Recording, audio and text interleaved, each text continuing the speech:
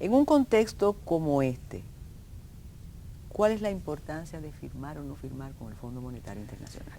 Yo creo que es nodal el tema del Fondo Monetario Internacional.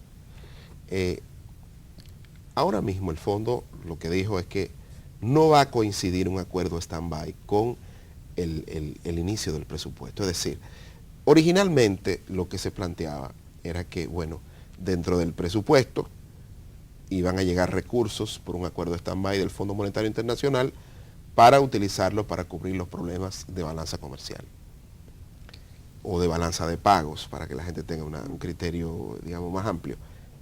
Eso no se va, no van a venir recursos externos del Fondo Monetario ahora, sino lo que el fondo recomienda es un acuerdo post-monitoreo. Es decir, después del acuerdo stand-by que el gobierno abandonó, la pasada administración abandonó en febrero, vamos a ver cómo las medidas que has tomado y que valoran como positivas el criterio de la nueva reforma tributaria, va dando su fruto y durante el primer trimestre vamos a venir y de acuerdo a cómo vayan esos resultados, entonces hablamos de la posibilidad de un acuerdo stand-by. Entonces no vamos a tener dinero de afuera nosotros. No, claro que sí, claro que sí. Lo que sucede es que con el Fondo Monetario aquí es más fácil hacer, o dentro del marco de un acuerdo de stand-by, es mucho más fácil emitir títulos de deuda pública en el mercado financiero internacional, porque las tasas van a ser menores. Ahora, con un acuerdo de post-monitoreo, yo creo que la tasa de interés que vamos a tener que pagar por la colocación de deuda soberana va a ser mayor. Además, digamos, el informe de la misión del Fondo Monetario, lógicamente que va a afectar el riesgo país de República Dominicana. Hay un tema que muchos de los críticos del discurso, aunque en sentido general la opinión ha sido más o menos favorable, con excepción de los ladrillos y las piedras y la impunidad, sí.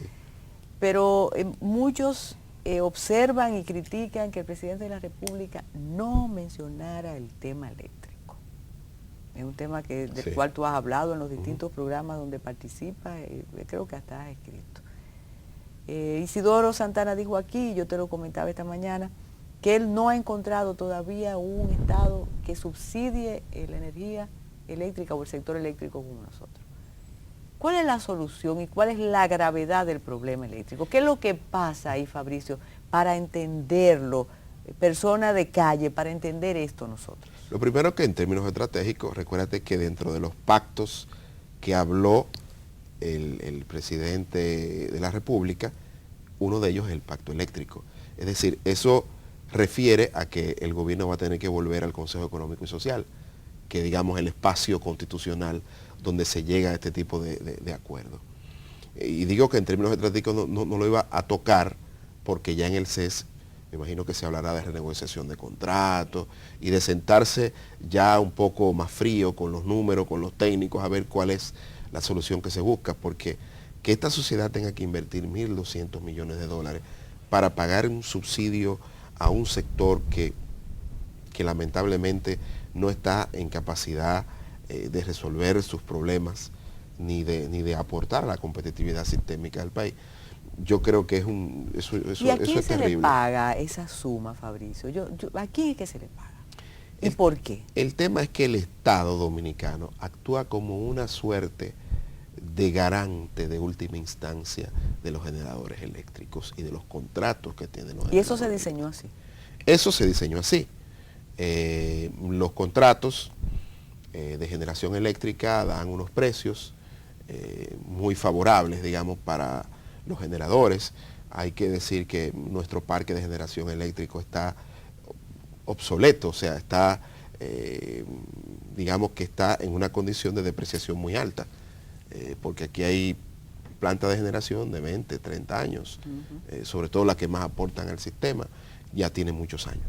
Entonces, imagínate que a planta depreciada todavía los acuerdos o los contratos le estén pagando por capacidad, cuando ya obviamente tú tienes que estar pensando en cómo ampliar y traer nuevas plantas. Y diversificar la generación. No, porque se supone que yo te pago capacidad porque porque la depreciación tiene que ser igual al costo de reposición. Es decir, yo te pago eso para que tú vayas creando un fondo para la hora que vayas a hacer nuevas inversiones, eso esté ahí. Sin embargo, se le ha estado pagando capacidad a mucha gente cuyas plantas están despreciadas y no hay la voluntad de generar o de construir nuevas plantas sin que le garanticen estos contratos que obviamente son una retranca. Y la renegociación de los contratos incidiría en el aumento del precio de la energía, porque también siempre se ha dicho que eso se deja así por el costo político que tiene. Tiene un gran costo político porque también se ha actuado como una suerte de chantaje. Si no me cumple esos contratos, te apago el país. Imagínate, es muy difícil desde el punto de vista social que le apaguen un país a un gobierno. Y de verdad que a veces uno se pregunta, ¿cómo es posible que se pierdan tantos recursos en algo que no resuelve el problema, sino que se agrava? Si cuando uno mira desde la capitalización hasta este momento, cómo ha crecido el subsidio al sector eléctrico, uno dice, pero ¿hasta qué punto vamos a seguir pagando eso? El remedio ha sido peor que la enfermedad. ¿No? Y el uso alternativo. Imagínate 1.200 millones de dólares adicionales que el gobierno pudiera invertir en infraestructura o en gasto social. Sería un elemento fundamental. Yo creo que vienen días difíciles en la negociación con el sector eléctrico. Se hace necesaria también la llegada de nuevas plantas. El gobierno ha anunciado que probablemente, todavía es un anuncio, de que lleguen 2 plantas de 600 megavatios. Se ha hablado de que con el gobierno de Brasil, con la nueva presidenta, con algunas empresas que estarían dispuestas a hacerlo, y con otros, empresarios privados que estarían dispuestos a hacerlo. Y la negociación de los contratos, renegociación de los contratos. Pensar que ese es un problema que en el siglo XXI tenemos nosotros. Pasan gobiernos, pasan partidos y es lo mismo. Regresamos de inmediato con Fabricio Gómez.